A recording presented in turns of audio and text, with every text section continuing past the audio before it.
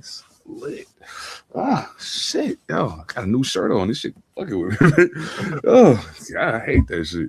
Um, I remember, was it last week? It was either last week or week before last. I was telling you about this dude. I wanted to play one of his videos. But I couldn't. I forgot to download it. So I'm gonna play it for you now. And this ain't got nothing to do with nothing. I just think this motherfucker's hilarious. So, so I just want to play this for you, and then I can get to what I really wanted to play first. But yeah, I wanted to share. I'm pretty sure you've seen them before though. Sorry ass nigga. Niggas be out here with no car, no apartment, no diploma, just be having fucking Jordan. I ain't buying no female no shoes who wear a size 8 in men's. Bitch, go put my shit on. Bitches get drunk and start pissing outside like Rottweilers, and I do not like that shit. If the shoe fits, put it up your ass. Kicked the bitch out last night. She makes spaghetti more than Italian. I'm done forcing steaks from chili dog eating hoes. I be seeing y'all fake heel females kicking it with y'all baby daddy. I treat a queen like a queen and a hoe like a hoe. These girls ain't shit. They be sending multiple niggas the same TikToks. Do not fucking play with me because I will be in your backseat and rise up when you get in. Take fighting me off your to-do list because I swear to God your ass gonna be an iPhone with no charges. This whole think we on bad terms. No, bitch, we're done. I'm gonna try this relationship shit again one more time, but if I cheat again, I'm done. Nah, but for real though, I might just stay single. I love too hard, I might shoot a bitch. I will throw a spare tire at a hoe. I love a crazy ass female. Tear this shit up, I'll buy it again. A few of y'all getting shot by me soon and y'all don't even know it. Yeah, you single, but who that coochie go with, bitch? I hope it ain't no fucking body out here telling people I know not to play with them. If Jordan came out with apartments, maybe you niggas will have one. I don't give a fuck. I'll post my home and sit on the porch with some Timbs on. If you my girl, fuck all that gym shit. What are you trying to be in shape for? Oh shit! Then he walk off. Yo, man, his name is Boona. Yeah, Boona. Salute to you, man. That shit is hilarious. He be killing me. I'm like, anytime I see him pop up when I'm scrolling, I stop. Guaranteed, it's automatic. Man, oh shit. But you know what though? Something else funny, and I wasn't. I realize sometimes I miss shit because I be moving too fast, and I almost missed this. I almost did, but thankfully for me missing things sometimes put me in a position where I feel like I'm behind, and I'll go back and look at some shit and be like, "Ha! I didn't see that shit," but I saw this, and I think I want to start here. Well, play the motherfucker already. Why don't you? There is a mayoral candidate called Rogelio Martinez from Long Beach, California.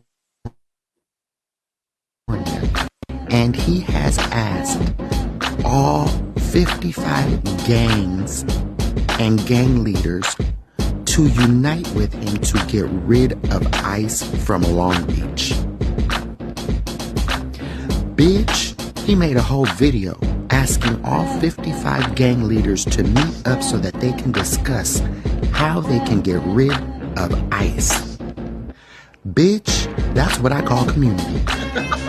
That is what I call community. That's where gangs were created for, to protect their neighborhoods. Girl, shit is gonna get interesting in California. God damn. Who never knew how badly I needed my news delivered by a brother in a bonnet. But we're here. We are here. So, I mean, we know each other for a while, so I kind of have a feeling I know where this is going. But I just thought I'd ask. What's your takeaway from this thing here? I actually had a discussion about this last night, and somebody was telling me that, like, everybody's gonna go crazy, like he ain't gonna be mayor long, and blah blah blah blah blah, all that. And honestly, not only do I think this wins him the mayoral run, but he's going to have a very long and lustrous career in Long Beach. Because, let's say even half of the people that he shouted out to respond. Not only is he backing the community, he's uniting the gang. Yes. Like, to be able to talk to every gang in the area and say, yo, y'all have a common enemy. We have a common enemy. Like, let's work together. Even, I mean, eventually the pigs are going to get back to, like, dealing with gang shit. But Right. there's only so much that they're going to be able to do against the gangs if the gangs go through with this. So, yeah, not only is it smart on his end, but then from there, it's like, yo, like, to me, unless all of a sudden somebody pulls a double cross, and I'm saying from the government side of things, and all of a sudden after this is done, the fucking mayor's like, yeah, nah, we're going back to the old ways. All right, lock them all up. And you know, good luck with you if you do that. But yeah, you feel me? Completely genius. You know, if you're looking for local soldiers, you can't ask for any better than that. Like, these are certified soldiers walking your streets right now. So, I mean, it definitely shows how desperate he is, but there is a lot of thought behind it. And yeah, like I said, even if half the gangs respond, and you figure even half of that afterwards, like, they find a reason to coalesce, at that point you're stopping 25% of the gang crime. Exactly. Yeah. Already, like this. Yeah, easy. And at the end of the day, I would have to think that even making the attempt to do so is going to win you some people. Gonna win some people over. You know what I'm saying? That you even tried. Like, even if this is a total failure and nobody, and not they don't respond. The fact that you made the attempt and the reasons behind the attempt are going to resonate with people. I think that if you have, like, we always say, and it's often stated by plenty of people, especially people that I be around on a regular basis, that a lot of times it says, the elected officials are so disconnected from the actual people. You know what I'm saying? And this shows a keen understanding of exactly what's happening, and not only what's happening, but the best way to engage the community in resisting it. You know what I'm saying? Because you asking a lot to ask a guy who goes to work every day at Walmart and check receipts to go grab a hammer and get to it. You asking a lot of him. You know what I'm saying? Like, I ain't saying that on, like, I ain't co-signing you being a softie or no shit, but like, everybody ain't built for that, and that's just what it is. Like, this is the reality of the situation. And people have to be willing to deal with the reality of the situation. Like, you can't live in a fantasy world where everybody's a soldier. It just don't work that way. But when you got people who are already programmed to get busy, you just got to direct it in the right way. That's power. You know what I'm saying? That's power. And then at that juncture, even with the police saying, okay, we see what's taking place, we're getting ready to have to switch gears and get back on their helmet. At this point, it's too late for that. It's too late, because you got to remember, ICE is feds. So if they'll take care of them, you ain't nothing. You ain't worried about you. You know what I'm saying? Like, that's so, yeah. You open it, like there has to be the other things that have to come with that. Like, I don't want to get, because it'll be a long drawn out conversation. They got that in regards to that, but there's other things that gotta come with that. It can't just be. Yeah, I feel you. I feel you. Yes, I mean, there's other shit that gotta come with that. But yeah, salute to him, man. Salute to even having the thought of engaging. The one thing that I will say, just to expand on it a little bit, like, don't be a bitch when it comes to, like, bringing them in. One, recognize that you're asking them to put their lives on the line. So I hope that they're compensated as such. Thanks. And, like, use it as a stepping stone to ask why they had to get into the game. And maybe that will help you kind of take care of your community for the people that 9 times out of 10 you wouldn't have given a shit about. That part. So yeah, this candidate's opening the door to a lot of things. Hopefully they're smart enough to use it. Yeah, Like there's plenty of conversations that go around with that. Yeah. Not the gang members. Like they did what they had to do. The question is, what happened locally that made them have to do that? That's the questions that he should be asking, and hopefully he does. Yeah. Now, if we can stop this, now once we get beyond this, now next, what's next? Like, what do we do next? Yeah. What's the next thing that like y'all helped me out over here? How can I help you out over here? You know what I'm saying? What can I do? And it can't be building a new park when you asking people to put their life on the line. It got to be something more substantive than that. Yeah. I would hope that that some care would be taken in regards to addressing the rampant poverty. That what I'm saying, if you like 90, I won't say 90, 70% of crime would be alleviated if there was no poverty. You know what I'm saying? So like there's certain shit that just wouldn't happen if people weren't broke. So I think you have to start. You kind of got to start. Honestly, there. You know what I'm saying? I don't think you're too far off with 90%. True that. Because if you look like like there is dedicated gang crime, right? Right. But if you look at the transitive crime that comes from gang activity, if there were no gangs operating in your city at all, then all you have is singular drug dealers that have very little backing. They're easy to, start to get rid of. And by all rights, if you're taking care of the gangs and you're preventing, poverty areas, a lot of people wouldn't need to go out there and sell drugs either.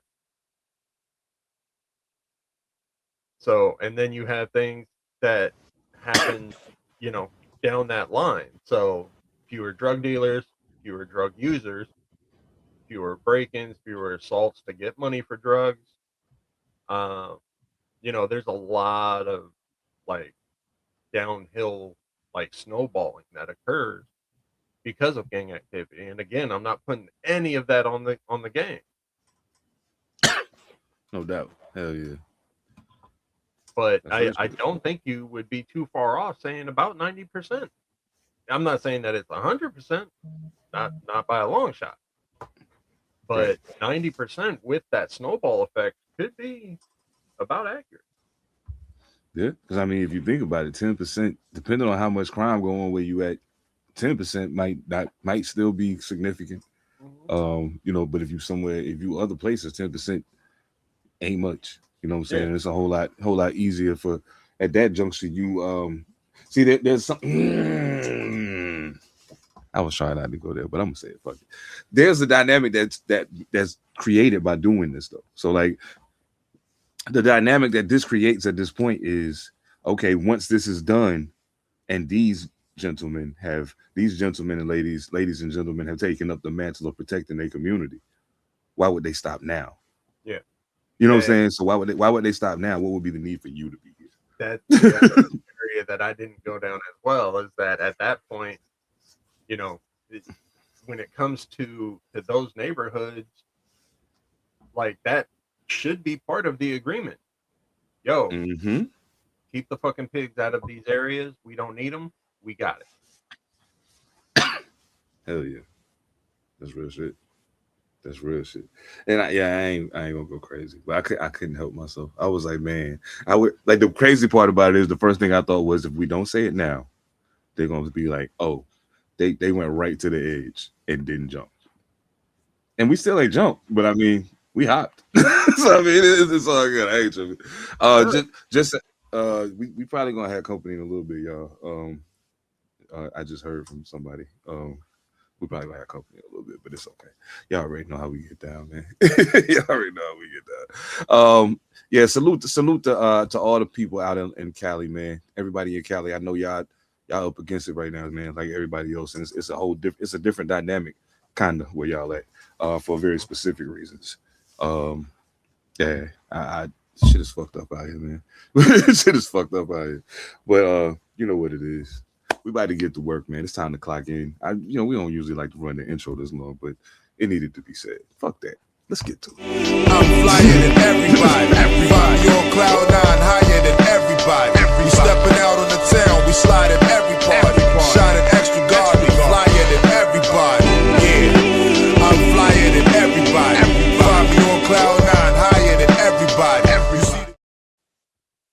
When at the time we saw it at every party, signing extra garlic. Man, either Baddasss, what up, man? What up, man? Matter of fact, I did want to wave the Wave Letterman show 2 is on the way. It's on the way.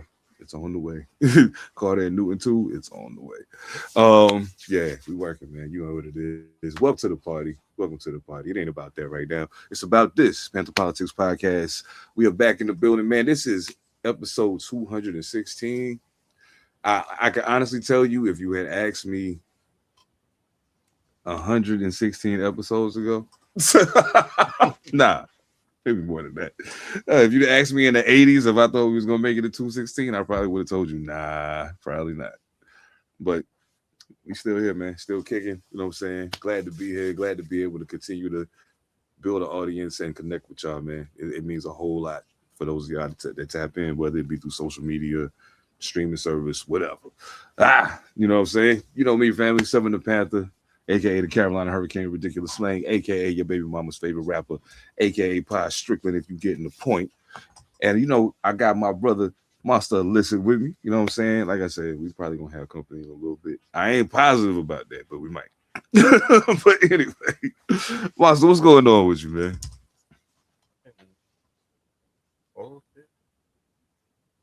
It was a rough weekend. Like, there was a whole lot of bullshit happening. Some of it I can't talk about. No doubt. Yeah, there was a whole lot of bullshit and a whole lot of people talking, and then a bunch of random shit that I didn't even know was about to happen. But I made money, so fuck them. There it is. Yeah. There it is. Hell yeah. That's a win. Hell yeah. Man. I want to take a second to shout P7. Salute to you, bro. Yeah. Salute. I've been on the phone with him a lot. That's man. Yeah, I actually need to give him a call, man. I know he probably, if I call him, he probably gonna be like, what the fuck? Seven's calling me? What the hell's going on? Something must be wrong. Nah, nothing's wrong. You can't just call his phone. Oh shit. Okay. Yeah. He'll give you a True couple indeed. So I tell you what, how about you do this? Oh, you do this. Nah, I feel you. It's crazy because I agree. It was a lot of this past weekend. This man shit, really the last week since we recorded last has been kind of on some bullshit. I've been sick off and on. Shit's been kind of wild. Like right now I feel fine. You know what I'm saying? Oh, matter of fact, by the time y'all see this, it'll be my birthday. So happy birthday to me. But that, you know, that kind of it also make me reflect on shit. You know what I'm saying? When that comes around, makes me think about certain things. And one of the things I was thinking about as the weekend was progressing and you know, we was running up into the beginning of the week, I was like, yo, time is a strange thing. You know what I'm saying? Time is a very strange thing. Yeah. Sometimes my relationship with time is a very bad one. You know what I'm saying? Sometimes it's very bad. And I consider myself to be having a bad relationship with time when I'm having to rush to get everywhere because everything's going longer than it's supposed to. You know what I'm saying? Like, I hate it when that happens. Like, I expected to be out of this door and on my way to this place by 2:00. It is now 2:20, and I'm about to break every traffic law in existence trying to get there. So, yeah. It's just been weird energy, man. But hopefully that's about to turn around. It's some good things coming down the pipeline. I know Sody Interrogator and Mojo Barnes both had pretty dope shows this past weekend. So glad to see that. Glad to see that. Absolutely. You know what I'm saying? We working, man. We working. It's going down. Is there anything that's happened in the news recently? Anything that you want to touch on before we get into some silly shit? Because we definitely about to get into some silly shit. Y'all know how we do. I mean, there's a lot of shit that's happened in the news. I mean, yeah, there's a lot that I can bring up. Do you got a specific one in mind? Nah, it was just a random ass question because of what we was talking about before, and I was just like, damn. No, yeah. No. Nothing that I can say without having to go into some deep conversation. I will say, because I don't think that we decided to talk about it today. Did we decide to talk about the boxing match? Oh, the boxing thing? Yeah. I mean, we didn't come to a determination on it because I didn't have the videos on the list. So okay. Yeah, I mean the match was stupid. Yeah, I'm not gonna go too deep into it. Like I can pull up the notes, but the bottom line is two bad fighters, and one of them literally got their wig knocked off. But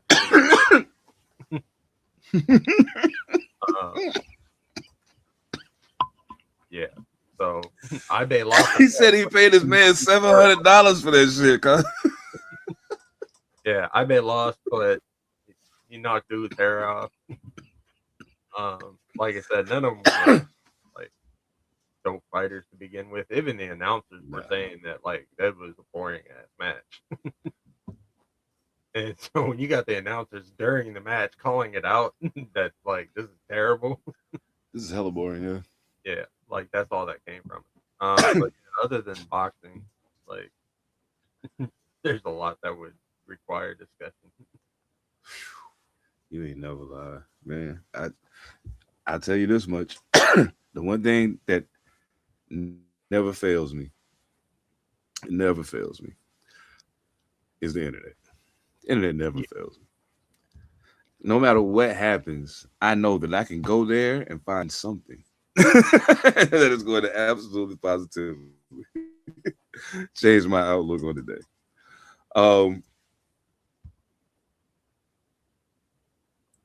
You know what's crazy?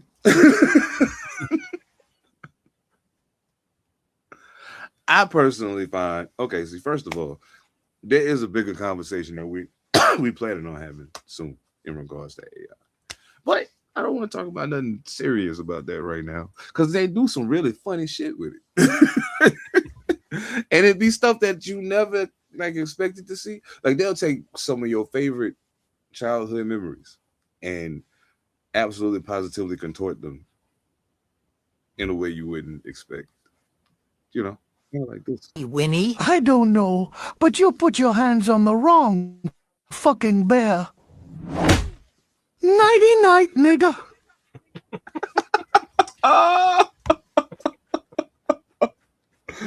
Oh shit! Nighty-night, nigga.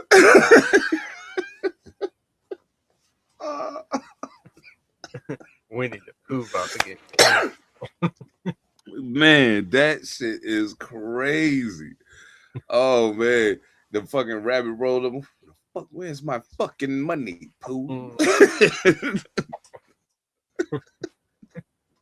The rabbit definitely ain't the one I would have expected to be the gangster. I would have expected Tigger. Well, nah, not Tigger, because he too much energy. You can't be gangster with that much energy. Oh shit. Wait, I dropped my remote. Okay. Yo, bro, let me ask you something. And I'm gonna ask you this because you tall like I'm tall. You drop some shit, right? And it's on the floor. And it seemed like it should be easy for you to reach it because of how long your arms are and all that shit. And you like, is that shit not frustrating as fuck? That shit completely. Oh man, I hate that shit. I'm like, okay, look, you're trying to put me on Muggsy Bogues time. I get it, but it ain't. Thing is, like my girl, she'll ask me to reach something like up on the top shelf, or like, you know, like we could be laying there and she'll ask me to like reach something like up on the shelf behind the headboard, like crazy far. And she's always surprised that I can just reach over and grab it. But when it comes to reaching down, like, yo, that's a longer trip, son. Hell yeah. You got a whole lot of things to traverse at that point down there. Like that's some whole other shit. Oh, speaking of down there. You know what? I don't even really know that I know. I've been trying to figure out since I saw this what to say about it before I play it. And this is just one of them situations where I don't know. So it's like I was like, what should I think I should just play it because sometimes discussion is better after.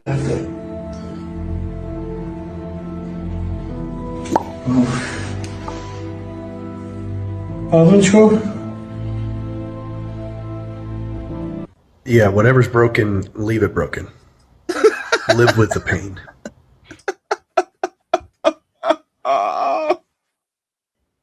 He was so sincere. Yeah. He's so sincere. Did homie pull this yardstick out of homie's booty? But after that, he went like knuckle deep inside there too and just started feeling around. Hold on 1 second. I hear somebody in my house.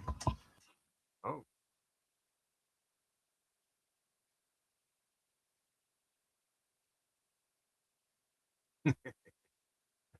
Let me know if I need to grab the blammy.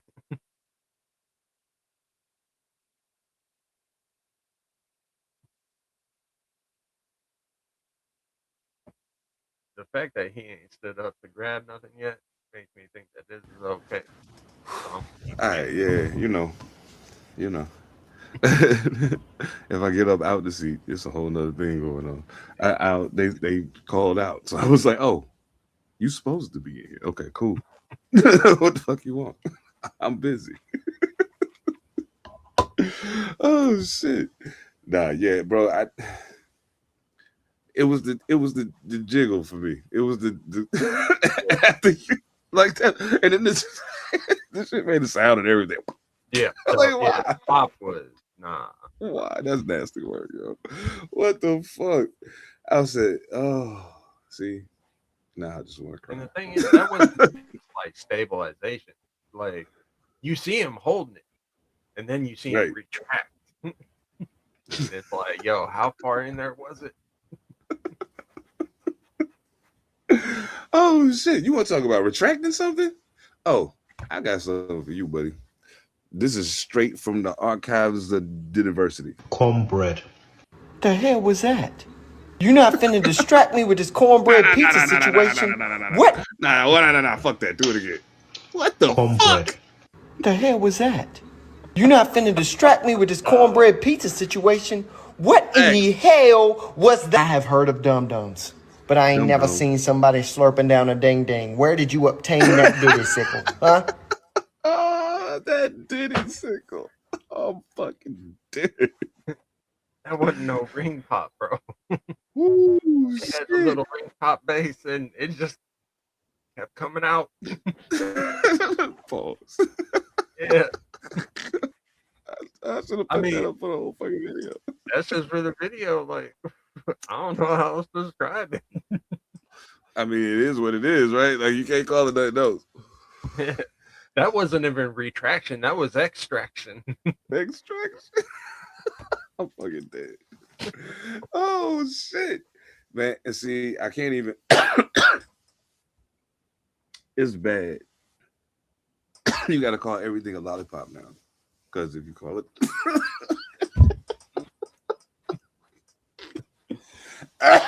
Pre-pause. If you call it a sucker, like.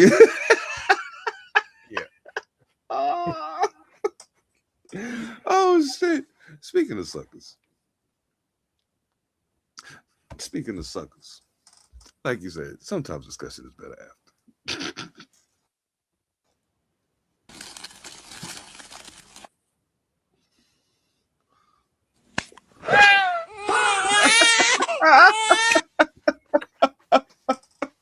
Why he put the sucker in his mouth afterward?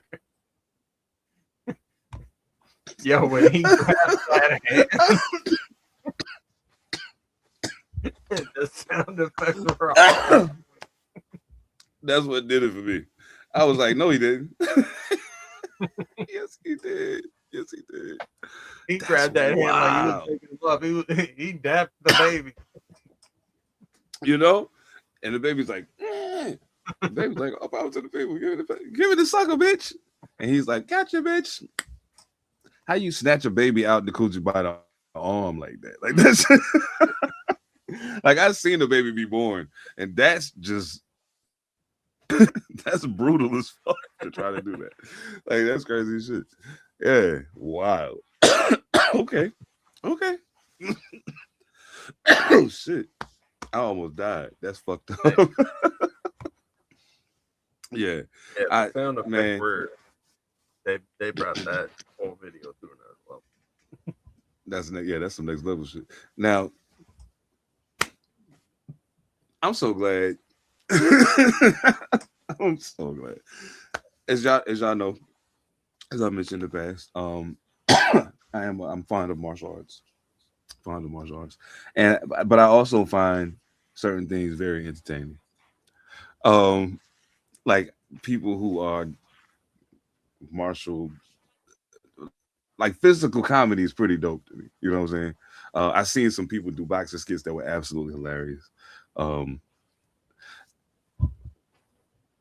don't really know how to describe this other than to say when Boston sent me this shit, I died. So I've come back to share it with all of you so that you can join me in Zombieville. But this shit is crazy. Trust me. Absolutely nuts.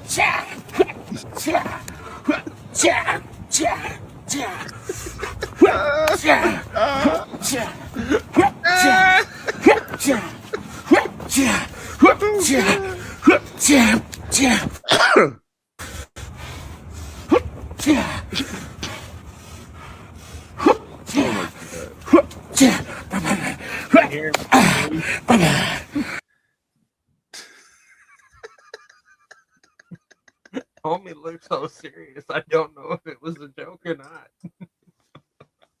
Like it's comedy. I just don't know if it was.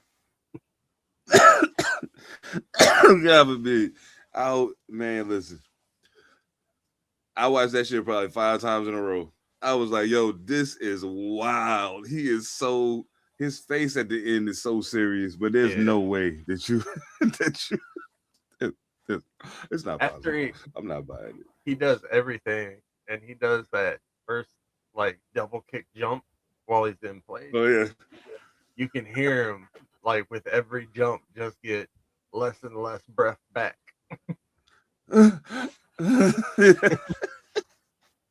Yeah, that video wasn't gonna go on much longer anyway. Nah. That's the fuck out. Yeah, he choreographed like 2 more minutes of that, and he was like, "Nah, I'm good. Yeah, I'm cool. Yeah, I'm just give him a taste. Just give him a taste." Oh shit! Now the thing is, when I saw that shit, it made me think about one of my favorite guys over on TikTok and shit. My girl put me on to him one day. I walked in the door and she was just like, "Yo, you have got to see this." And I was like, I'm a super big fan of parkour. I think they're insane personally, but you know, I love it. So, but she's like, "Yeah, you like parkour? You'll dig it." And then she showed me, and now I'm going to show you because it's only fair. I need you to get back in that mode again. That mode where nothing can take you off your pivot. You just putting in that work every single day. See, that version of you is different. You got to tap back into it. Don't be out here playing with your potential because you one of them ones, bro. You special. And you weren't meant to be a person that could have been the one. You are the one. So I need you to get back moving like it before it's too late. Yay. Wow. Yo. That's why cool. He is fucking crazy. Oh shit. Yo. His face is so serious. See, them two gotta link up. Mm-hmm. They gotta do some collaborative content. Oh, that would be dope. Hell yeah. Like they Bruce Lee and Chuck Norris. That's some shit. Oh, that's wild. Yo, I can't remember the last time I seen a really dope martial arts film. I mean, the Ip Man series, obviously, but I mean, since then though, I'm like, I mean, some people would say, and some people classify John Wick, but I'm like, John Wick does a lot more shooting than martial arts. So I don't count know that. it's gonna sound crazy, but I just rewatched like 2 days ago, and not only is it a dope like homage to like classic kung fu film, but if you actually like watch the fight, like it holds up. Man with the Iron Fist. Like I actually really like that flick. And you know, I get that like it gets a lot of hate, but it's like, yo, if you like put your bullshit aside and just watch it as a movie, pretty dope. Yeah, I agree. Oh yeah, that was. But you know some what? of the fight scenes, like they stand up. Absolutely. At the end of the day, in a martial arts movie, that's kind of where your bread and butter is anyway. Like you ain't watching the kung fu flick for the acting. You know what I'm saying? Like that definitely wasn't. I wasn't running to the theater on Saturdays to watch the shit to see them give a jarring, dramatic performance. Get to the kicking and punching, Holmes. I ain't got time for this shit. Talk about that shit later. You know what I'm saying? That might be one of the latest. Yeah, I think so. Probably, yeah, because a lot of other shit is they incorporate it, but it's not like the base. You know what I'm saying? And that's kind of what like more what I'm leaning towards. Yeah, real like that's kind of the thing. Kung fu movies have basically just become like action movies where they work kung fu in, but they do a lot of other like story and bullshit with it too. True. And it's not focused down to the kung fu anymore. I feel that. Hell yeah. I mean, I know.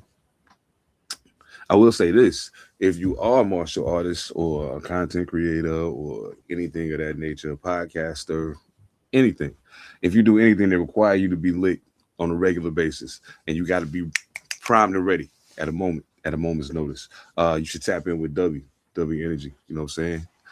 Run up on W.GG. Use code Pantha Politix. I know it's 2 words, but just make it one. Pantha Politix, all one word. Save 10% off your order. The flavors are fire. The product, I'll stand on it. You know what I'm saying? Absolutely. A lot of times when it get late, making covers and trying to find clips and all of this other stuff, yeah, that would get me through it. So don't forget, W.GG. Use code Pantha Politix. Save 10% off your order. It'll be dope for y'all, dope for them. And in the long run, it's going to be dope for us too. But so you better not. Put your hands up. It's time to take our respect. You got to shine. I'ma take all that's left. Cause this is a verbal sticker. I spit the flames at your chest. Come to the stage, start embracing the best. Nigga, I want the limelight. Run that. This is my mic. Run that. That watch nice. Run that. And it shine bright. Run I want your mind right. Run that. And your eyes right here. Give me what you got. As far as energy, I want that. Nah, seriously, up against the wall, run the contract, dog. It's a dark era, don't make the guard clap on your head, chest, or neck. Show all due respect to the 2KO dog with a little bit of Omar with just enough we pay the floor, y'all. War raw riddles, got no nursery rhymes, the jaw scribble when the drop, watch these young stars spit. Wow. Salute to W. Don't forget W.GG. Place those orders. Use code Pantha Politix, all one word. Save 10% off your order. That record is Verbal Stick Up by Fallen Angels, Apostle AP and myself. Produced by Apostle AP. Yeah, we'll be rapping a little bit. Shit. Sound chamber business. Man, you good? Hold on one second. Hold up.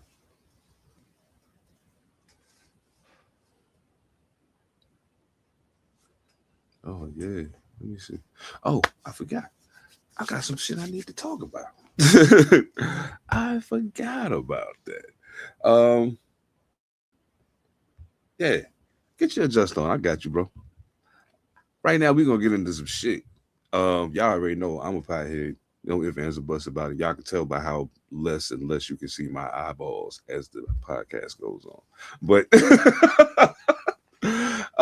every now and then, like to talk about it just a little bit. You know what I'm saying? Throw it in the discussion. So right now, we're going to get into a little smoke now, smoke later. Buckle up. I'm so high right now. I'm looking down on the clouds right now. I guess you can say your brother blessed, but if I see the blues flash and I'm about to fail this sobriety test, I'm so high right now. I'm looking down on the clouds right now. I guess you can say your brother blessed, but if I see the blues flash and I'm about to fail this sobriety test, it gotta be the Urkel. Oh man. Okay. So welcome to Smoke Now, Smoke Later. This is where I take two different strains, sometimes from the same company, but sometimes I like to throw a little competition in there just to see what they got cooking. And today just happened to be one of those times. I'm very high on the Happy Cannabis Company, so I definitely wanted to keep them in the rotation. But also a very big fan of Ooey. So I figured I put two of my favorites from both of them head to head and see what we got going.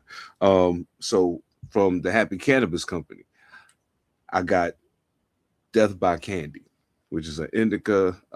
It is shatter infused. From Ooey, we got Face Lock. Face Lock is also an indica. I prefer indica over anything else unless I'm in creative mode. If I'm writing, sativa, always. But yeah, Face Lock from Ooey, dope flavors. So we'll start from the top. Death by Candy, absolute fire. It is premium flower, no ifs, ands, or buts about it. It is infused with ground golden shatter. Now, it does give you a nice heavy body high, but it still does allow you to maintain a great energy level. So like I smoke that if I'm vibing to music, maybe trying to work myself up to the mode to write, or just because I'm listening to something new, but maybe I'm listening to it at the end of the day.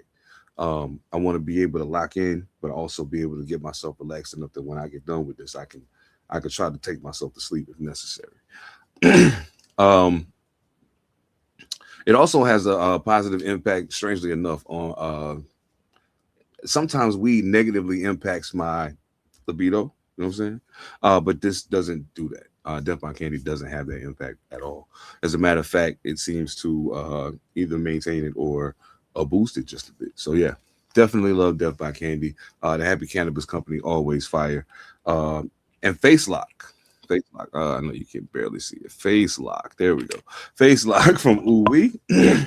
Also an indica. Some of the things I noticed most when indulging with Face Lock, it does have a very strong tendency to ease my brain activity. You know what I'm saying? Doesn't necessarily give me a head high so much as it allows, I guess it's just the relaxation and everything else that kind of allows the mind to slow down. It does give you a bit of a blissful feel. So it does have that. It almost kind of hits like a hybrid, where it seems like it may be a little sativa to it as well. But the best thing about Face Lock that I noticed, I had an injury that I was recovering from. And when I smoked it, I definitely saw an improvement in my pain level, and I hadn't taken anything, you know what I'm saying? So it was just that. So I'm thinking if I'm gonna indulge with Face Lock, I would like for it to be in a setting where I'm gonna be for a while. You know what I'm saying? I don't want to. I kind of want to lounge when I smoke Face Lock, but it does definitely assist in the pain area. Again, gives you that blissful feeling, and the way that I was able to kind of declutter my mind while on Face Lock was an absolute plus.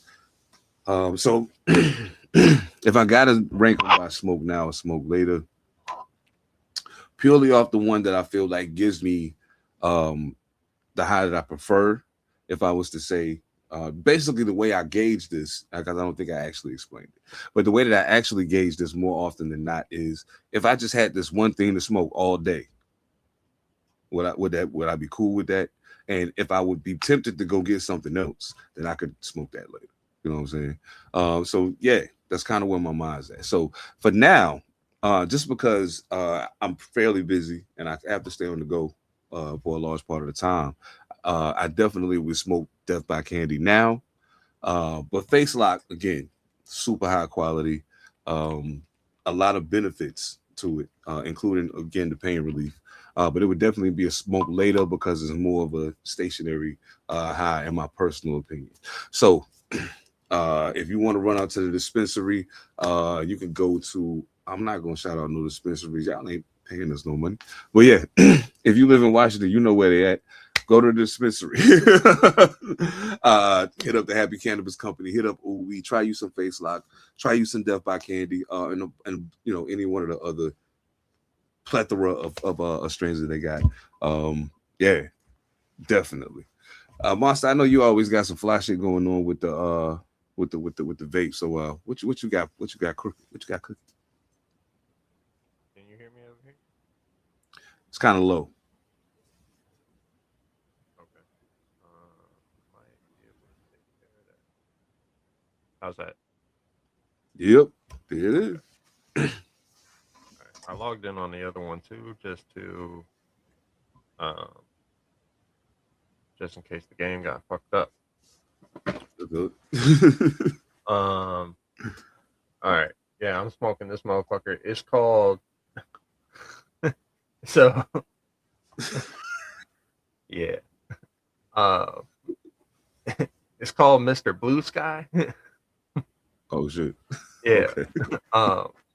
Now, at first, I didn't know what that meant, and the potential of what it could be bothered me. Back to your lollipop and popsicle versus sucker situation. I'm like, yo, I ain't over here trying to do nothing on Mr. Blue. Yeah, I think it's like a blue raspberry flavor. But yeah, I don't know. Like it reeks of a high class depression. So I get why they said Mr. Blue Sky. Like I get it. Oh shit. I can dig like, it. You remember that other drink that I gave you where it was just called like rainbow flavored? Yeah. We were like, what the fuck does rainbow taste like? And then we tasted it and we were like, rainbow tastes like that. Like, okay, yeah. I don't know how you did it, but ta-da! Yeah, like I didn't know what depression tastes like until I smoked this motherfucker. That's crazy, Mr. Blue Sky. I mean, yeah, there's too many. It's too many. Yeah, I feel you. I feel you. Yeah. Oh man, you heard it here first. So if you get your vape on, go try that Mr. Blue Sky. Most definitely. You know what I'm saying? And if you do what I do, once again, hit your local dispensary. Ask if they got the Happy Cannabis Company. If they got OUI, get some Death by Candy. Get you some Face Lock, and yeah, get high. Why not? I'm so high right now.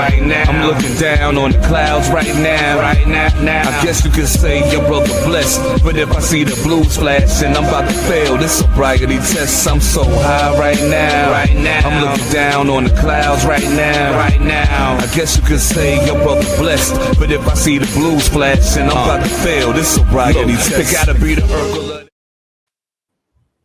Yeah, smoke now, smoke later. Oh man. Shit, let's get into some music shit, man. The Grammys just happened and shit. I know we don't really be fucking with the Grammys, but I figured with such a year that hip hop had, at least recognizing the people that won in them categories would make sense. But then something completely unexpected happened at the Grammys. And I was like, well, damn, I didn't see that coming. Okay. Cool. Kendrick Lamar cleaned up. I don't know nothing about the news that came from it, so this is all new to me, please. Kendrick Lamar cleaned up. He won best rap song, won best rap performance, best melodic rap performance, won best rap album. He was also the Clips won best rap performance, but it was Chains and Whips featuring Kendrick Lamar. Yeah, it was a Kendrick Lamar party in the hip hop categories. Doechii won as well, I believe, if I'm not mistaken. Yeah, that was it was kind of I hope that they get off his dick now. Like, and that's the problem. I don't even got any issue with Kendrick Lamar, but it's gone on too long. Yeah. There was a lot of dope shit, and there was some dope albums in those categories. And it's like, yo, like, not for nothing, Clips was better than GNX. Yeah. Oh man, that I had a feeling that it was gonna happen. Yeah. I had a feeling because when I heard he was nominated in all those categories, I was like, "What the fuck, really?" Excuse me. And so I mean, I guess the thing for me was the albums that were in the best rap album category. Obviously, GNX by Kendrick Lamar, Clips, Let God Sort 'Em Out, Tyler the Creator's Chromacopia, Glorilla's Glorious, and Jid's God Does Like Ugly were the nominees. And I was like, okay, you know what? I wouldn't expect nothing different from the Grammys, even though I know that my list of nominees would have been different for best hip hop, for best rap album. But then again, the category is best rap album. So, you know, it is what it is. But yes, I mean, salute to Kenny, man. You did, you know, you had a hell of a run, man. But yeah, it was some people that deserved some recognition that didn't get it this go around. So it's cool. It is what it is. Kind of surprised nobody from the not surprised. I was gonna say kind of surprised nobody from the Mass Appeal one was included. Yeah.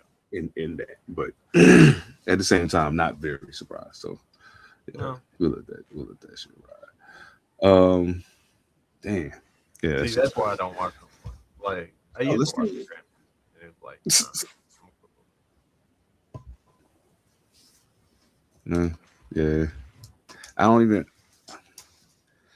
I think if I hear somebody's performance was really good, I might watch it on YouTube. But other than that, I'll be like, I don't really care, because I know the people that are gonna win aren't the people that my circle of people hold in the same esteem. So, it is what it is. But yeah, salute to the Clips for the win they did get. You know. Kendrick, yeah, he cleaned up.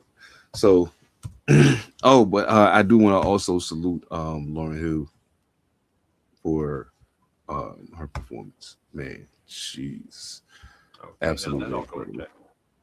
Yeah, she's absolutely incredible, man. Golly, that shit is crazy. Yeah, let's get into some music shit. Now, since we didn't do a full Long Blaze review last time because we did all singles, you know what I'm saying? But this time we're gonna switch it up just a little bit. We're gonna double up on the full longs. We got two projects we're gonna get into tonight. Yeah, salute to both of these brothers, man. We're gonna get into it. So do yourself a favor. You already know what time it is. Turn your volume down right now.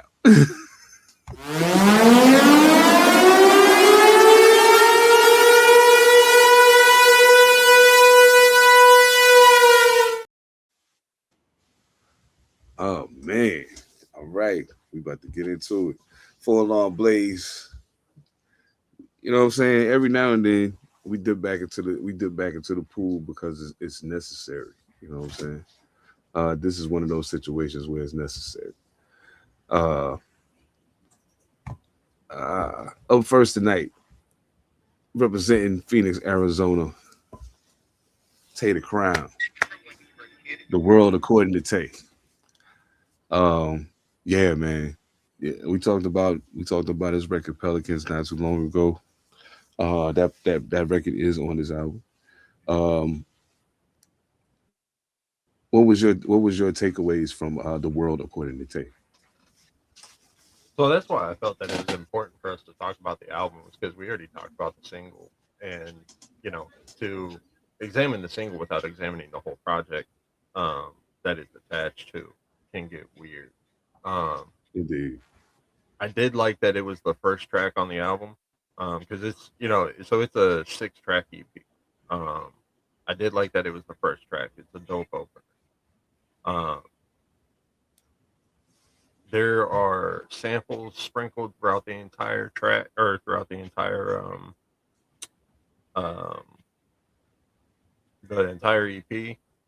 Like most of them were dope, like all of them but one, which I'll get to. But Pelicans was dope. Great Adventure, which is track 2. He went off.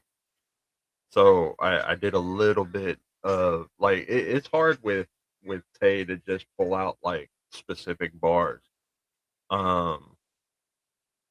But he had a 4-bar run in there where he said, "Most brothers duck away, they can't take the pressure. Making money smoking weed is my guilty pleasure. I remember smoking L's in the gray Integra, just plotting to myself, I hope the day gets better."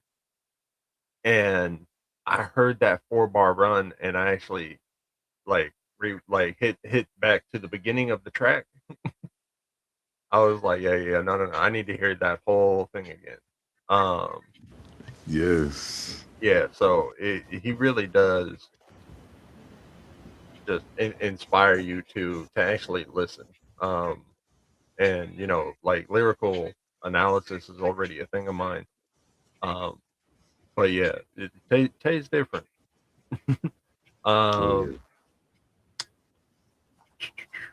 OG Bobby, he does 2 different features on here on track 3 and 4. He killed both of his features. You know, Tay went wild on both of those tracks as well. Throughout the entire album, the beats were dope. So the album, I think, was exclusively produced by Black Shaman. And yeah, he smoked it. For the second to the last track, side track, the feature, I think I'm pronouncing this right, St. Louis Gabor. So he had a dope verse on there. His cadence is a little different. His style is a little different than Tay's. And his tone is much different than Tay. That was the one track where I was a little disappointed, and it had nothing to do with either of their verses or anything. I'm not sure who mixed and mastered it, but when you're mixing to somebody that has the tonality of Tay, and then you put somebody like Saint on there, you have to go through and balance those things because he's much lower. And so not only with the sample that was running over the top of it, like I actually had to go back to the track multiple times to actually just hear what he was saying. Which shows me that that's not mixed the best it could be. That was really my only downfall of the album. The last track, 5 a.m. in El Mirage, was fire. Yes. A dope ender. I did a little 4-bar run on that too. He said the sun is risen and the day is set. Breathing, living once again. Gotta say I'm blessed. Really am, and to be honest, that's my biggest flex. But I won't lie. At night, I pray I get the biggest check. I was like, damn, like, all right, man. Like, yeah, like I said, Tay's a little different. Yes. But yeah, dope beats. Black Shaman did his thing. I'm not sure if he's the only producer down, and it didn't name any engineers, so I'm not sure if Black Shaman did the mixing and mastering too. But I can say that it's just like that one track, I wish that it would have been leveled out a little bit more. Like it could have used some more balancing. But other than that, like the whole EP, I think was fire. It was a dope run. I think it brought you down multiple lanes. It being booked as an EP and just throwing 6 tracks together, like it flowed really well. So absolutely dug it. Yeah, absolutely. Yeah. But it's funny you mentioned 5 a.m. in El Mirage because I was like, because the way he bounced on that was dope, and I was like, Yeah, like I was like, oh man, and it's crazy and it's dope that you were able to hit that bounce, but also be saying something. You know what I'm saying? Because I mean, I've heard people, emulate that bounce before, but then it'd be empty. It's just a bounce. But when you're able to take that and put something to it, yeah. To me, Tater Crown is like how do I say it? He's like a street guy who doesn't want to be a street guy, who wants to rap and who wants to tell his story, but it's like trying to find this balance is hard. You know what I'm saying? Trying to walk away from what I know to go for what I love is difficult. You know what I'm saying? Even though I know I'm dope over here. You know what I'm saying? I'm dope over here too. So like, you know what I mean? And I always feel like his music is a reach for that balance. And I'm not reaching a bad way. Like it's like this is everything that I do is me striving to find that balance. So when I first hit play, you know what I'm saying? Of course, like you said, Pelicans is the first joint. So I'm like, okay, I already know this joint. I already heard it, many times. So I'm vibing to it. But by the time I got through Great Adventures and what was that? Ricochet. Yeah. By the time I got through them two, I was like, oh, he doing okay. Like, okay, so this gonna be a different kind of 6-song run. Because most times when people do the compact project, there's not a lot of times it's maybe 6 songs that they just didn't want to put on that notes, or they maybe was recorded. They recorded the album and they had 5 or 6 records left over. They put them out, just throw it out as an EP, and they really got no continuity to it. But this one definitely does have that. I did feel the same way around the sound of homies from St. Louis's the way his verse sounded. Once I heard it, I was like, oh, he's spitting. You know what I'm saying? But like it took me a few times to listen to it to actually hear that. So I think as far as rhyming on a project go, Tay absolutely showed his ass on these 6 records. You know what I'm saying? The production was put together, like you said, it does have a vibe to it. You know what I'm saying? Even though it's a short project. So salute to Tay, man. Everybody that was involved in the project. My man OG Bobby Negro, salute to you, family. That's Carolina all day, every day. You know what I'm saying? Greensboro in the building. You want to do the rate now, or you want to just rank them both at the end? No, I think that we can do it now. All right, that's what's up. So in that case, the world according to Tay, for a long blaze scale, what would you give this project?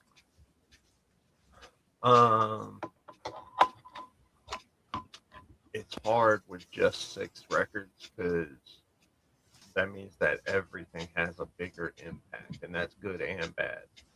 Right. The thing is, like, Sidetracked, I think lined up well with everything. There were 2 things about that one track that bothered me. One, that was the one like skit sample that I didn't like, because I never support putting the Cheeto Tan Bandit on a sample. Like, to me, that hurts an album. And then, with the production mixing, that makes it rough. And with that impacting a 1/6 of your album,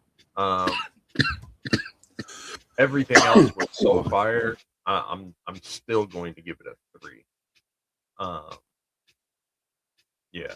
So I think it lost a little bit because of the production and the skit. It kind of took me out of that track, which is unfortunate because both of those verses were fire. But yeah, to me, all the other tracks were strong enough to still give it a 3.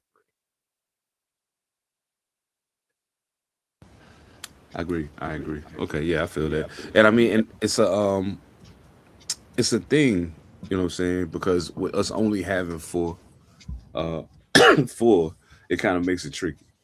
Because if you go too far to the one side of the scale, now it almost feels like you're saying it's trash.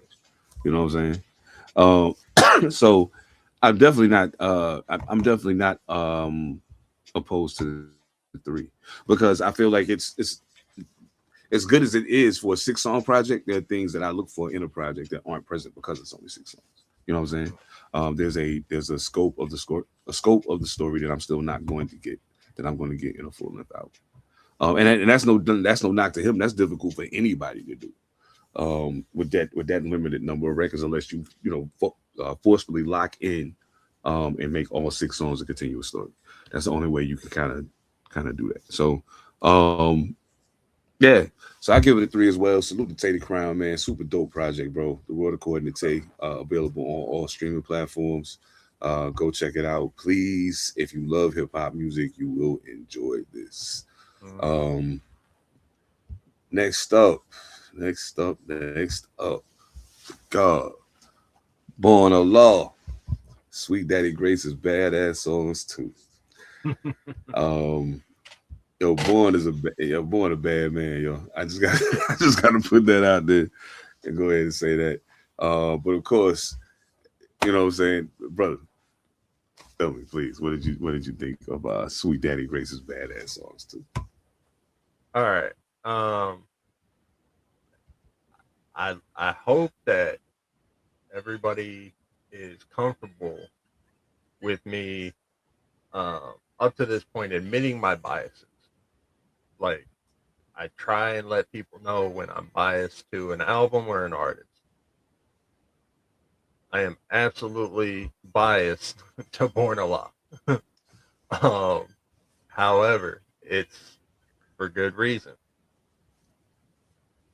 I think that my microphone is fucking with the background noise, which would constitute the tracks as well. So I'm going to stop playing the music. Good. I don't know if you were even hearing the music, but I was hearing it. It was low, but I was hearing it. Yeah. Oh, okay. Well, then I'll keep playing this shit. Okay. Because, like I said, it's going crazy in my headphones too. But fuck. So, like, Born a Law not only has a very illustrious career, but he is a certifiable, like, insane bar spitter. A lot of his beat selection falls right in line with, like, my preference of music. And with how heavy, like, I focus down to lyricism, like, Born a Law is a ridiculous marriage of that. And then to take Sweet Daddy Grace's Baddasss songs, make a second album, damn, like, you're gonna have to come with heat, and he did. I didn't get too crazy with bar analysis on him, because basically you would just have to take the lyrics and drop those down, and just, like, the entire lyrics section Thanks. from your streaming service, and just be like, here, those are the best lyrics. But I did throw out just a couple dope punches that I like. But going through my notes, the first track, Baddasss Song, again, just take the entire lyrics readout, and just that's my favorite lyric. Like, he went absolutely nuts on this track. The beat was insane. If you're looking for a way to start an album, I don't think this could have been any better. Just absolutely killed it.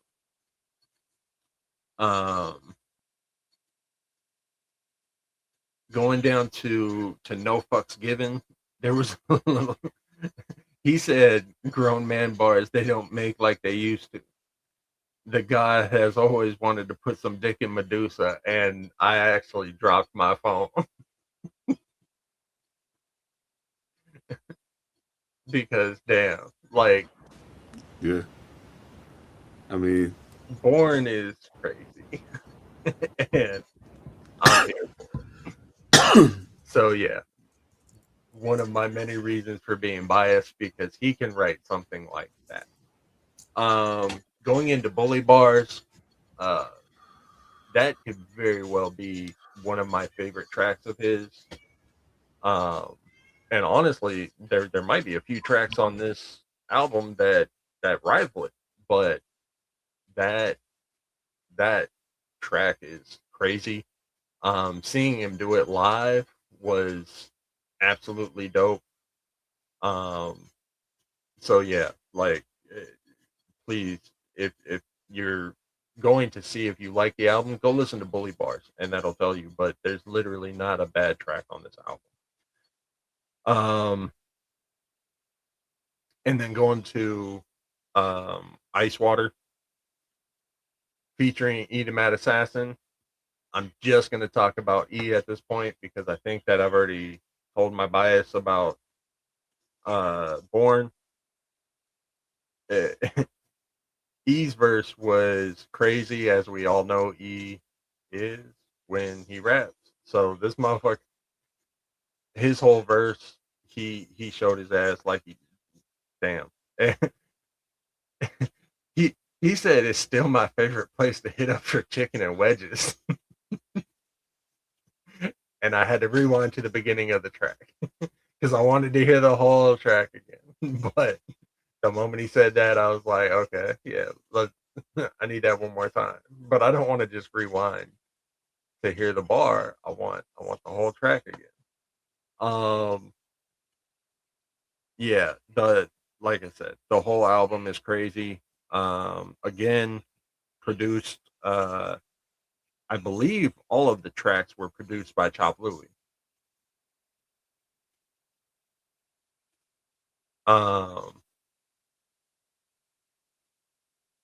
So yeah, that's yeah, the whole thing was crazy. Yeah, other than that, that's what I got. Yo, boys, Bully Bars is a that's a perfect title for a song by him. That's a perfect title for a song by him. He is yeah, he's different, man. He's different. The way that he constructs records and the productions that he chooses, it's a statement that's being made. It's not just I'm gonna make some dope music. Nah, I'm gonna make some dope music, but I'm telling you something. Like, part of it is educating you, but the other part of it is informing you that what you're doing, that ain't it. You know what I'm saying? That ain't it. And that's why he goes on stage and proceeds to talk raggedy to rappers. because you know, sometimes you need to do that. I think personally, it's not going to get mentioned in magazines and, you know, the broader hip hop media, unfortunately. But I do think that, you know, this type of project coming out this early is kind of setting the precedent for what the need to sound like. You know what I mean? So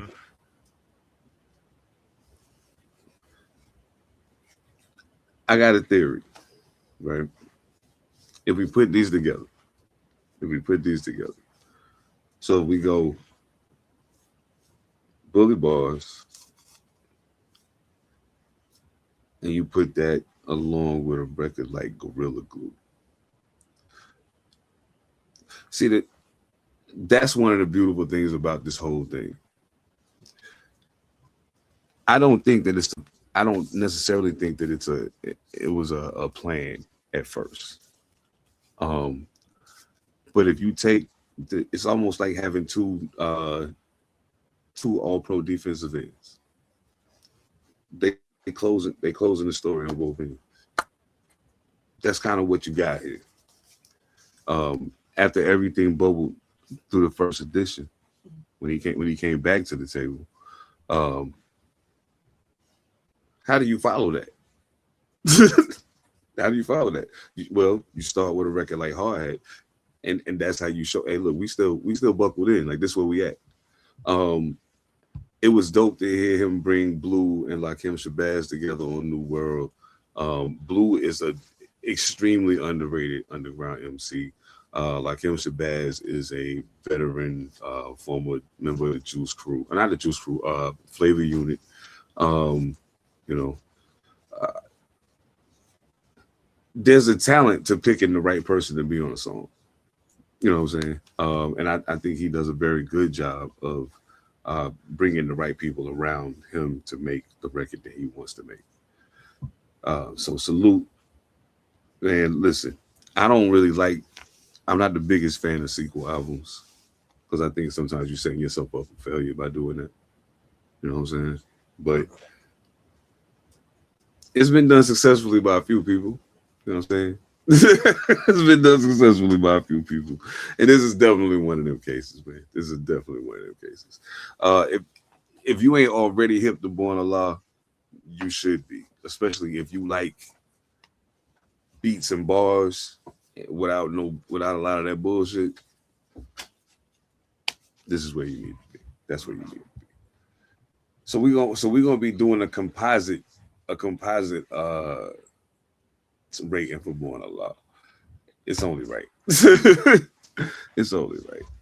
So where we at with Sweet Daddy rates his Baddasss songs as a collective project. Like I said, I might be biased, but this album literally has everything that I'm looking for. It's going to continue to spin on my phone. It's going to be in my running for top 5. It's definitely a 4. I feel that. Absolutely. Yeah, I can't really think of no reason to disagree with you on it. I was like, let me see. Nah, I can't do shit. Born, congratulations. That's man. I gotta do a record with that guy, man. Mm-hmm. I gotta do it. There's no ifs, ands, or buts about it. Hey, Born, we gonna talk, man. We gonna talk most definitely. Well, y'all heard it here first. Go check out Tay the Crown, The World According to Tay, and make sure you go get. As a matter of fact, you know what you do? Do yourself a favor and make it one album. Take part 1 and part 2 and put them together. Make it one album. You'll enjoy the ride, I promise. Don't forget. Turn your volume down right now.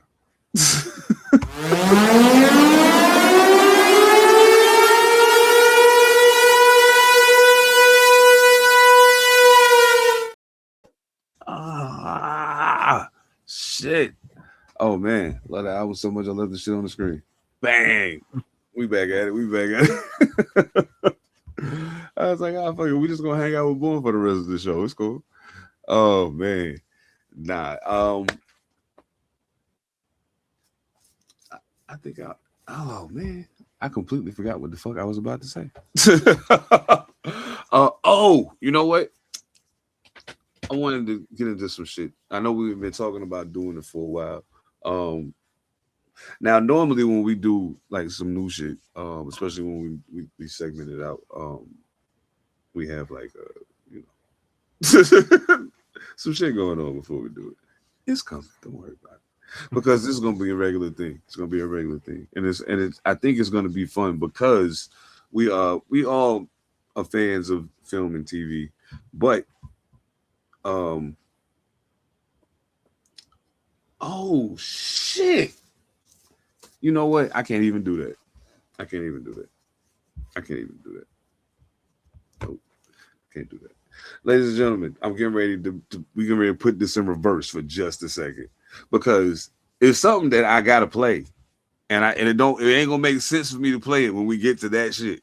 So I gotta say this right now because it's absolutely nuts. You ever ask yourself, like, what if R. Kelly didn't get fucked with when he was a kid? He had a normal, regular upbringing. You know what I'm saying? He still had the talent. But, you know, it just didn't get corrupted. You know what I mean? You ever wonder what that might sound like? Like if he was in a regular setting, but he's still from Chicago, so like if he in an office setting doing and it's going, he having a situation with somebody that he worked with. Yeah, I always wonder like how some shit like that might sound. And thankfully for me, Monster's algorithm is so big that it found it. Check it out. Trying to be rude, but who in the fuck you talking to? I see this necktie got your fool, but homie, I'm not that kind of dude. Talking about per my last email, talking about case you missed the details, talking about the who it may concern. I guess that you don't know me well. Can I get a who? Can I get a he? Thinking he yelling at bro. Homie, next thing you know, you're getting hit in your throat. I heard your ass need a whipping. Now I'm over here tripping, talking greasy on Skype. Thinking you catch me slipping, trust me, I don't give a fuck. It's time to squabble up. It's almost a freaking weekend, homie. I'm about to beat your ass up. You got me bent. I'm about to beat your ass up. Salute the blacksmith. Salute the blacksmith. Yo, that's crazy. That's crazy. There was no way I was getting ready to let that slide. I was like, nah, before we get into this shit. I gotta play that. I was man, we're gonna do that one next week then. Oh no, I wouldn't get ready to let that one slide. Hell no. That's nuts. Oh man. Oh, well, we was talking again about film and movies and shit. And of course the thing that makes them palatable to most people who aren't like nerds about it, who don't realize how important cinematography and all the things are. It's the characters that draw them in, and I mean, even those of us who know beyond that, there's still a relationship that we develop with characters in these productions. So wanted to take an opportunity to look at certain characters from certain movies or certain TV shows, and I didn't want to do the obvious thing because most people who know me probably assume I'd start with Omar Little, but no, we'll get there in due time. But there is someone who I think kind of stood out to me as in a lot of cases I feel like a misunderstood character. Sometimes I don't even know if the proper word I'm looking for.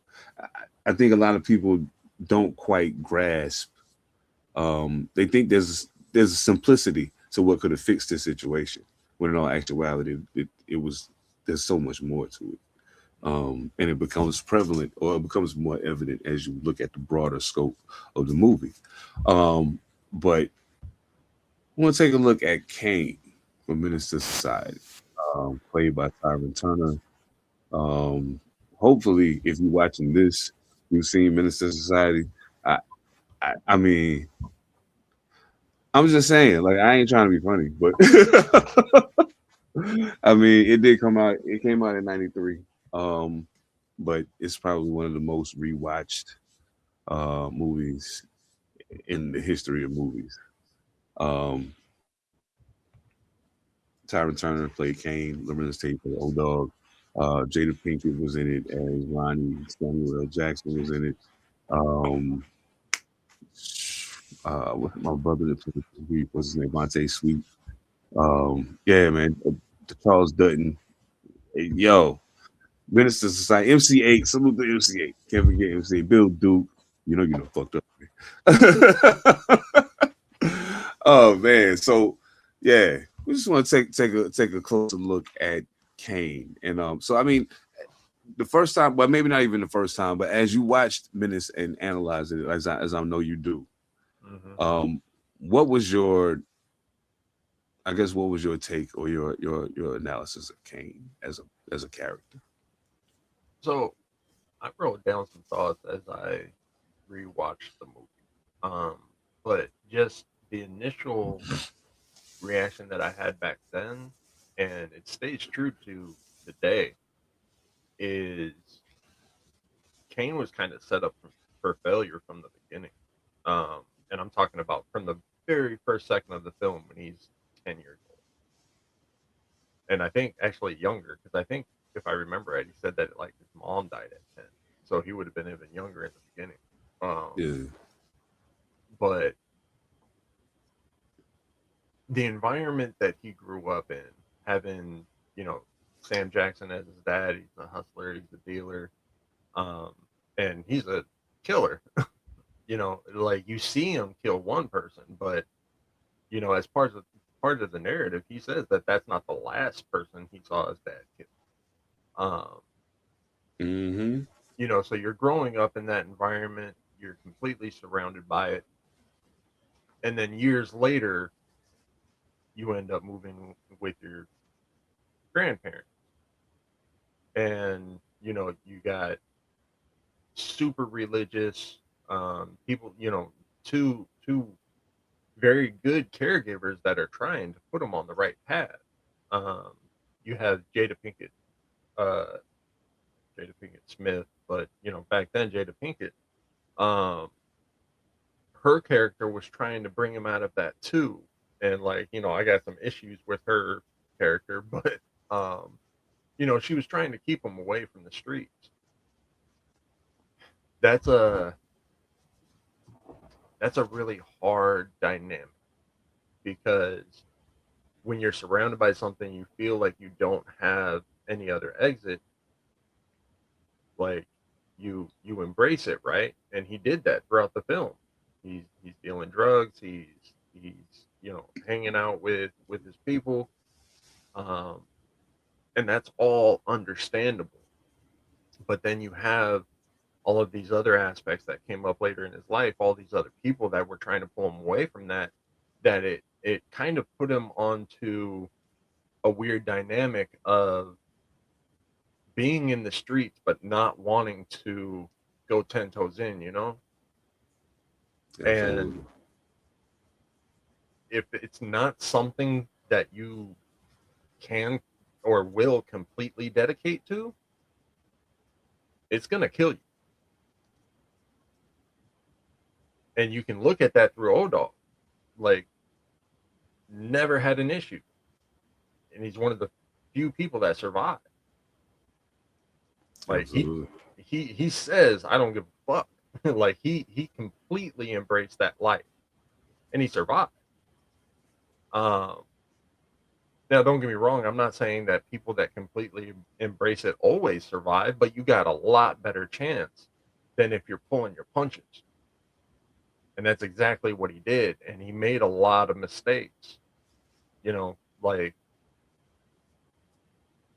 if you're going to do some of the things that he did, you got to go all the way. Absolutely. Like, when he stomps Lena's cousin, no, you got to kill that motherfucker. Pretty much. Yeah. Because you already know what kind of time he's on. That's the whole point of him coming to. You think just a stomp out's gonna stop that? And now you've hurt his ego, so he's coming even harder. Like, and he said, like, I expected him to retaliate. I just didn't expect it to be like this. Well, you should have. Yeah. Because in his mind, he thinking the same shit you're saying right now. You should have killed him motherfucker. Even when he jumped on Chauncey, like, Chauncey sends in the video, like, you're beating somebody up that has an ego. He's been, mad boisterous the whole movie. Absolutely. And you punk him out in front of everybody. And he has a videotape of you standing right there in that market while two people are getting murdered. Either you make it to where he can't do nothing, or at least go get the tape back. Yeah, exactly. But there comes a point where if you're going to allow your anger to pop off like that, like, you got to do it like O-Dog and just finish the deal. So he had a lot of the anger issues that O had, but he didn't have the follow. And I'm not even justifying saying that he should have. I'm not saying that he should have killed these people. Like, if you're going to do those things, then you have to. Otherwise, it ends up like this. Or just don't do those things. Absolutely. Yeah, it really is. Like, you know, the entire film is showing that, like, yo, there's not a lot of options in, you know, this environment. Even the dudes that were chill, like, they were still out there slinging too. So exactly, it's showing that, like, yo, there ain't a whole lot of options in this thing, but at the same time, he had that option at the end, but because of his actions throughout the entire summer, that option got taken away. And yeah, like, it, if you're gonna embrace it, you gotta embrace it 100%. But he always tried to be 1 foot out, 1 foot in, and that you can't play the game like that. And if you're not gonna play the game 100%, don't play that fucking game. Don't do it. Don't do it. It just ain't worth it. I always looked at Kane and saw. I know a lot of people like him. You know what I'm saying? I feel like I was fortunate. Like, when I watched that movie, I feel like Stacy. You know what I'm saying? To a degree, except I went to college and then kept getting in trouble. So, but you know, but the option was there because of something I was doing that was outside the norm of what other people around me was doing. And so when I see Kane, and I think to myself, like, there's a part of him that doesn't want to do. Yeah, like you said, he's not 100%, and he doesn't really want to do what he's doing. It's not like it's almost like he's on autopilot. And to me, it's like a combination of things. Like his identity is somewhat warped because of what he's seen of people that he looked up to. So his parents were both. His mom was an addict. I mean, clearly his dad was a pusher, but I can almost guarantee you he had his own addictions. I mean, obviously he did. And then, like I said, he's seen him kill multiple people. So at that juncture, do I even question whether or not this makes sense for people to be like this? Like, to me, this makes sense because this is what I know. You know what I'm saying? And then for you to see that at home, and then what's happening outside is just reinforcing that. The people that you even look up to out there are on the same type of time. And then your best friend is an absolute fucking psychopath. Maybe a sociopath, but still, he's crazy as fuck. O-Dog is gone with it. And it's the beauty of it is O-Dog is so gone with it, and Sharif is so anti-gone with it, that Kane walking right in the middle of that just becomes more obvious. Mm-hmm. If you really, weighing it out. A lot of times people get caught in the dialogue and what's being said. And it's so much more to it than that. That's the reason why it's a movie.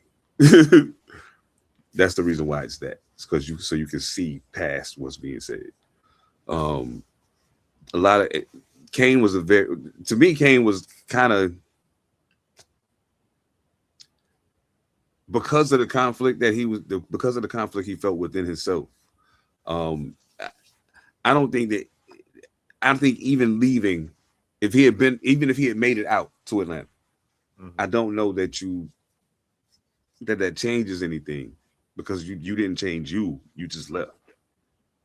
And I think, if I'm not mistaken, that I got a homie that was in NA or A, one of them, and it was like they call it doing geographics. You think moving to a different place is going to change, you're going to change the situation. You're just going to find a way to get it there. You know what I'm saying? So, yeah, that's kind of it's kind of where I was at with it. But in relation to say somebody like Doughboy, who we'll get into, I'm sure, at a point, in relation to, so like just comparing him to other guys who were the lead in these type of movies. Um, where do you kind of rank Kane as far as being the lead in this particular type of genre movie?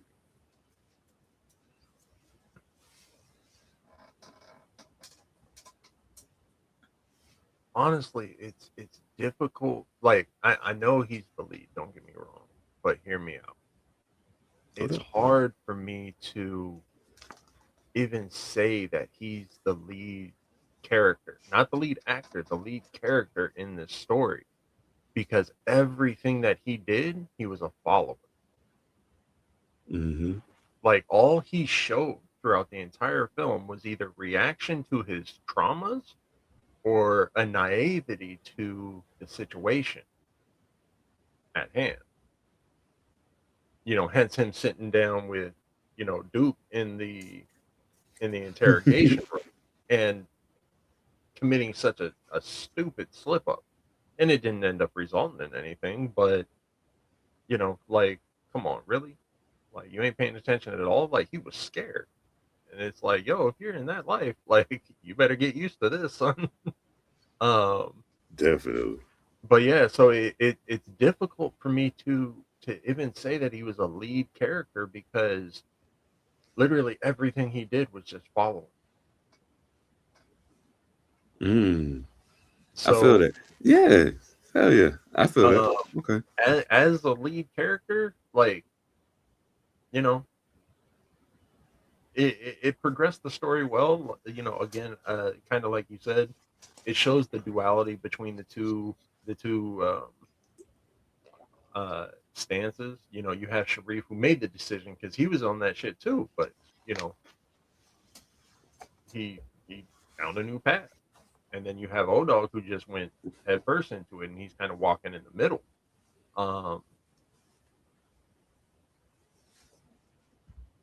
He never made his choice. He thought that he could walk in the middle, and ultimately that's what gets you killed. So yeah, it's difficult for me to even analyze him as a lead character because there's nothing leading about him. But overall, just showing the duality in between those two thought processes, being able to sit down and, you know, listen to like genuine advice, but then also still be on that shit because everybody else is, you know, kind of pushing him to be involved. Yeah, it was a good representation of the duality that somebody in that scenario might experience. But yeah, so as far as the character itself, I'd say it did exactly what it was supposed to do, and it even showed the ramifications of having that type of mentality. But yeah, it's difficult to assess it as a lead, just because he's not. He was literally just a product of all of these other people around him. So it's almost like it was an ensemble cast type situation where it's like everybody pushing forward at the same pace, and he was just kind of caught in the middle. I feel that. Yeah. Okay. I think yeah. Because when I look at Doughboy, even though they wasn't like a you know, he was unquestionably the leader. Mm-hmm. You know what I'm saying? There was no question about that. Even, you know, I mean, obviously Minister Society, not Minister Society, but obviously, if you're talking New Jack City or something like that, clearly a leader. You know what I'm saying? Blue Hill Avenue, there's clearly somebody in charge. And the story is generally built around that person and what ultimately becomes of that person. So in that way, Kane is set up to be the guy in this movie. However, because of the way it is written, like you said, everything about him is kind of a product of something else.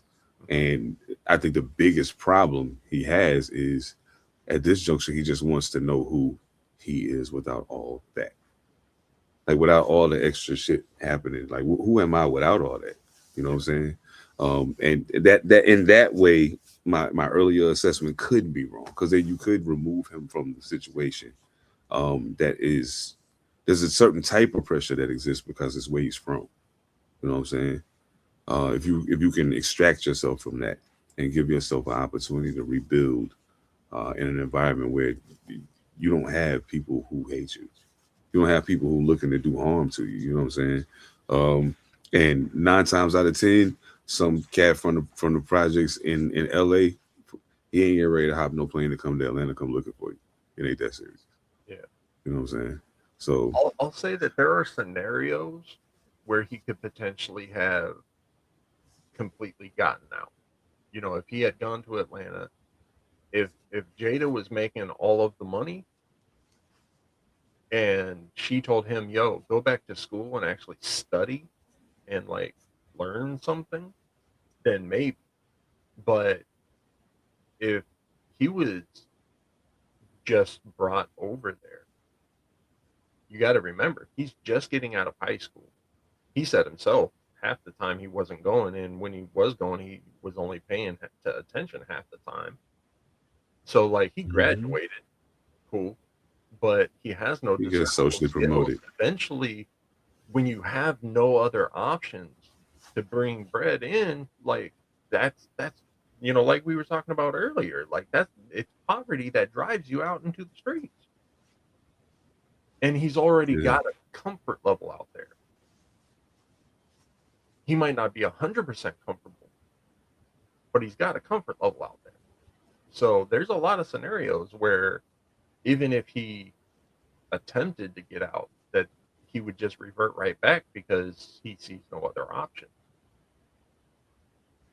Because up to that point, you know, like you have somebody who has completely removed themselves and pushes heavily on their religion. You got another one of his boys that plays football.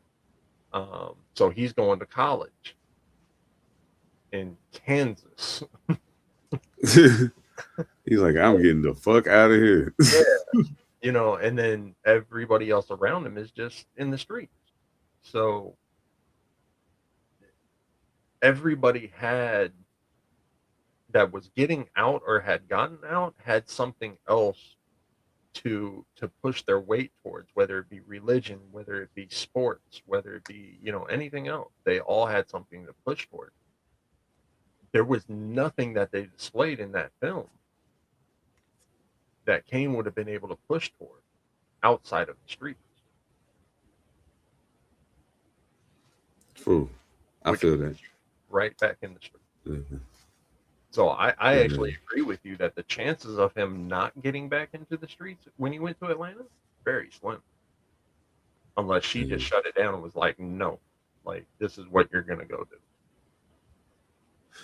Yeah. She'd have had to do that because I think the thing that get lost a lot of times, and the reason why some of the perception of him is like there's a even from the very beginning, there's a massive cloud of let's just call it fatalism that follows him. It's almost like, judging by everything I've seen happen throughout the sequence of this movie, what happens to you at the end does not surprise me at all. Yeah. Did it fuck me up because I was really hoping you was gonna get the fuck out? Like I started building that hope that maybe, just maybe, you was gonna get the fuck out of it. And it was just like that. And I was like, there it is. You know what I'm saying? So it wasn't a surprise at all, but at the same time, you almost hate to see the have to deal with that inevitability. Just knowing. You know what I'm saying? Like, I kind of know where this is going. You know? And it was wild that if you think about it, like you said earlier, it's wild that O-Dog at the end of all of this is the one who survived. And the thing that nobody takes into consideration, or that never becomes part of the conversation, is they don't realize Kane graduated from high school. O-Dog was still 16 years old. Yeah. Like, he wasn't getting ready to be going to jail for the rest of his life. He was getting ready to be out of there in like 5 years. He was going to the YA. They in Cali. He going to YA and he coming home when he's 21. So it's a done deal. He gonna be right back out here acting crazy. But Sharif was about to take off with Stacey, go to Kansas. Lights out. So many things occurred because of the choices that Kane made. Like you said, had you deaded the Chauncey situation, at the very least, O-Dog wouldn't have went to prison. Yeah. You know what I'm saying? Now, mind you, that's secondary to if you'd have just did what you needed to do to her cousin when he came running up on you like he was stupid. He came up in your hood. You know what I'm saying? Like, I ain't saying you needed to do it right there with all them people, but okay, I got you. Okay, I see what this is. But you didn't do that. You heard what O-Dog said. O-Dog was all the way with it. Let's go get that motherfucker. You know what I'm saying? Oh man, yeah. Kane is a really, to a degree, tragic character. I guess on the larger scale, I view him as a tragic character, mainly because a lot of what he projected outwardly, in my personal opinion, was 85% defense mechanism. Mm-hmm. You know what I'm saying? So that was that definitely resonated, because I know so many people that I'd be like, man, that's just not you, bro. And I know it because I talk to you like privately. You know what I'm saying? That ain't you. Stop doing that, man. Somebody gonna hurt you. Like, stop playing like that. Yeah. I mean, Kane had enough, you know, in his DNA already, you know what I'm saying, just from what he came from and what he grew up around to get him to the point that he got to. But it also should have been enough, in my personal opinion, should have been enough to signal to him, like, maybe as soon as that gun goes off and those people die in that store, maybe get the fuck out of California. Go. Get going. Why are you still there? Like, I don't understand. You know what I'm saying? Go get the tape, sure. And you and O-Dog both go away. Get going. Because eventually, we're going to have to talk about O-Dog sometime, though, because I learned some things. There's this, and since y'all already on YouTube watching us, like y'all should be, I'll tell you this, because I'm cool like that. I'll tell you, because I don't mind turning y'all on to other dope shit. It's a channel that be doing shit like 15 weird facts you didn't know about this movie. You know what I'm saying? And I'll watch them from time to time if it's a movie that I really, really fuck with, just to kind of see what kind of weird shit they say. And it's a lot of crazy shit that's taking place behind the scenes of some of your favorite movies. People that on TV shows that ran for years and years and years that do not fuck with each other. Like that. Case in point, the guys on was Law and Order? Yeah, Law and Order. Benjamin Bratt and his partner, the older cat. God, I feel bad. I can't remember his name. Yeah, I can't remember his name, but I know who you're talking about. Shit. Yeah, but like these motherfuckers was partners on the show for like 8 years, and then they didn't talk to each other when the camera was up. I was like, yo, that's crazy. Like, their chemistry on screen was so dope, but like they ain't fuck with each other, you know what I'm saying? So yeah, it's just a lot of funny shit. A lot of funny shit. Oh, what if I told you before she got on Love and Basketball, so now Lathan never even dribbled a basketball in her life? Yeah, that's just crazy, right? I was like, wow.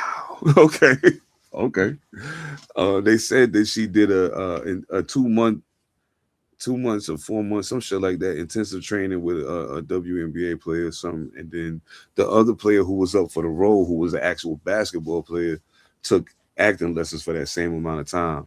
And then they, you know what I'm saying, still, you know, at the end they waited out. And luckily, Sanaa Lathan got it. No disrespect to the other young lady, but I just can't imagine that movie without her at this point. So,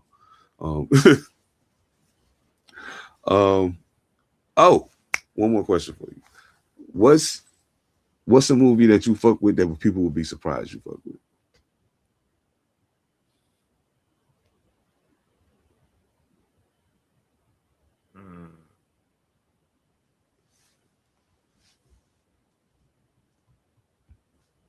Probably a white film.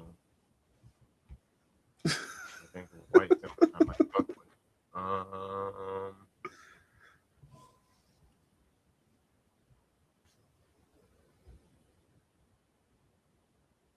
Dumb and Dumber.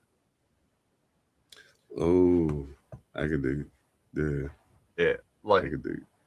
I can't watch it all the time, but if I'm just looking for something like stupid to watch, I can turn that on. Like, because I don't like really need to watch it. Like, it's not like it's a dope movie or anything, but it's one of them things where it's like, if I'm looking for just like a mindless thing to have running in the background,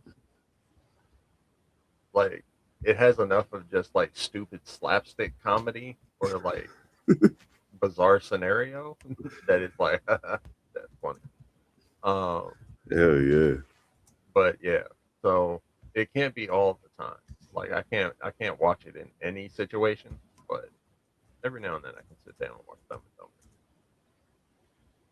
and Dumber. Oh man, I feel that. Hell yeah, Dumb and Dumber. Yeah, that's kind of one of my low key joints and shit too. My guilty pleasure movie is this shit called Holy Rollers. So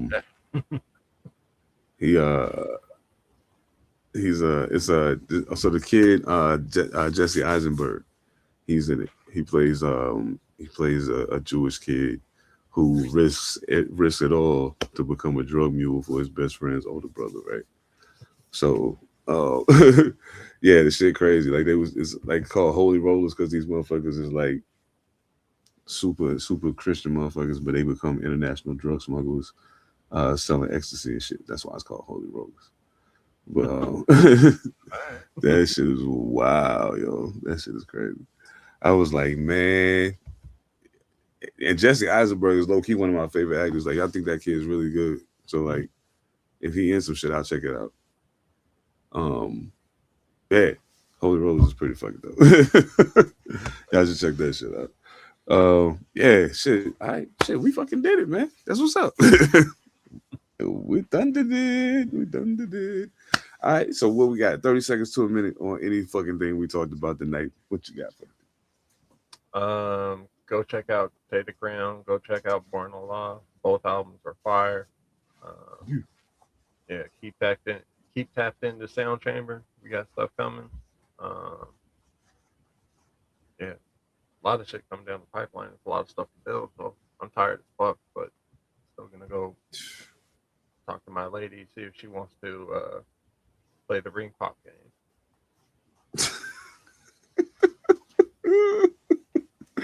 Diddy Sickle. Yeah. Oh shit. Oh man.